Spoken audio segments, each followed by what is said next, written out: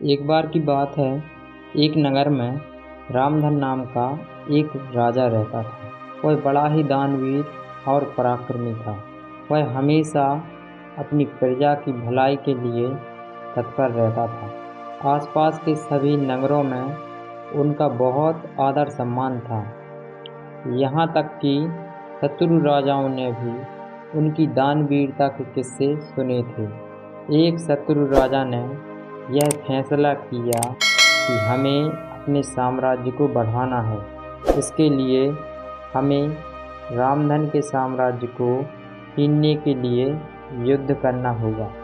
ऐसा सोचकर शत्रु राजा ने अपनी सेना को प्रशिक्षण देना शुरू कर दिया ताकि हारने की कोई गुंजाइश ना रहे।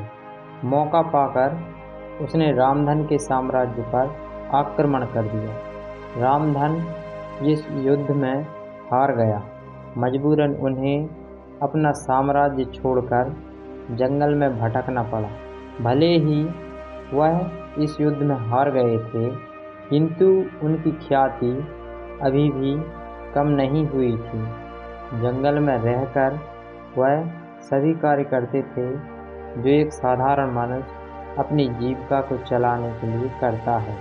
लकड़ी काटना, स्वयं अपना भोजन बनाना आदि।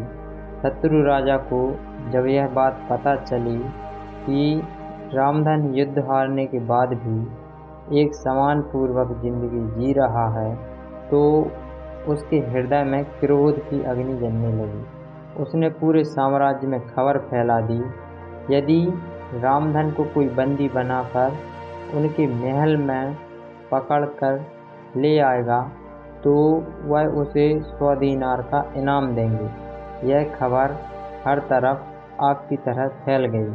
यह खबर रामधन तक भी पहुंच चुकी थी, लेकिन भोजन कम मिलने के कारण अब वह लोगों की पहचान में नहीं आ रहे थे। वह बहुत दुबले हो चुके थे।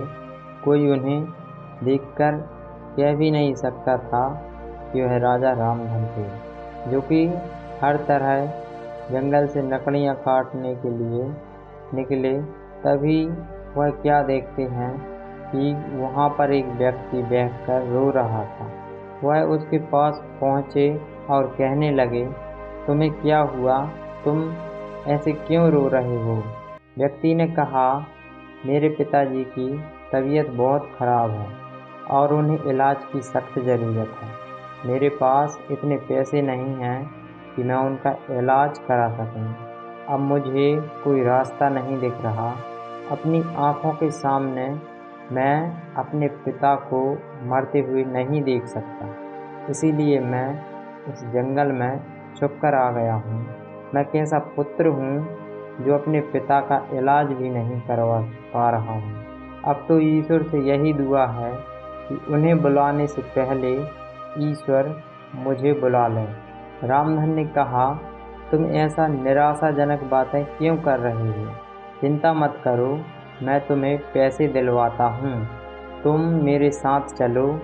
ऐसा कहकर वह व्यक्ति शत्रु राजा के समक्ष उपस्थित हो गए। शत्रु राजा ने उन्हें कहा, कौन हो तुम दोनों? रामधन ने कहा, मेरे शरीर की दुर्बलता के कारण शायद आपने मुझे पहचाना नहीं। मैं राजा रामधन हूँ, जिसको पकड़ने के लिए आपने 100 दीनार का इनाम रखा है। यह व्यक्ति मुझे पकड़कर आपके सामने लाया है, इसीलिए इसे 100 दीनार का इनाम दे दीजिए। व्यक्ति ने जैसे ही सुना यह राजा रामधन है, व्यक्ति ने हाथ जोड़ लिए और कहने लगा, मैंने सुना था आप बहुत दानवीर हैं। आज देख भी लिया। आपके पास धन तक नहीं है, लेकिन आपने मेरी मदद के लिए खुद को शत्रु राजा के समक्ष सौंप दिया। सचमुच आप महान हो। यह सुनकर शत्रु राजा लज्जित हो गया और उसने रामधन के आगे हाथ जोड़ लिए। शत्रु राजा ने कहा, महाराज, आपके पास कुछ भी नहीं है, फिर भी आप लोगों का भला करने में लगे हुए हो। भले ही मैं युद्ध में जीत गया, लेकिन आपने तो लोगों का हृदय जीत लिया है। मुझे माफ़ कर दीजिए। मैं आपका साम्राज्य आपको सम्मान सहित लौटाता हूँ और इस गरीब को 100 दीनार का इनाम भी देता हूँ। शत्रु राजा ने आभार व्यक्त करते हुए कहा, प्रजा को आप जैसे राजा की सख्त जरूरत है। यह कहानी हमें यह सिखाती है कि समय कितना ही खराब क्यों न हो, यदि हम लोगों का भला करते रहेंगे तो वह भला किसी रूप में हमसे टकरा जाएगा, जैसा कि राजा रामधन ने किया। उनके पास अपनी संपत्ति नहीं थी, लेकिन भला करने की चाहत थी, और उनकी इसी भलाई के कारण न उन्हें उनका राज्य मिला, बल्कि वह प्रजा के दिलों में छा गए थे। उम्मीद करते हैं आपको मेरे द्वारा बताई गई यह स्टोरी पसंद आई होगी। पसंद आई हो तो वीडियो को लाइक करें, और चैनल पर नए हैं तो चैनल को सब्सक्राइब करें। मिलते हैं किसी और ऐसे ही मोटिवेशनल स्टोरी के साथ। तब तक आप अपना ध्यान रखिए। धन्यवाद।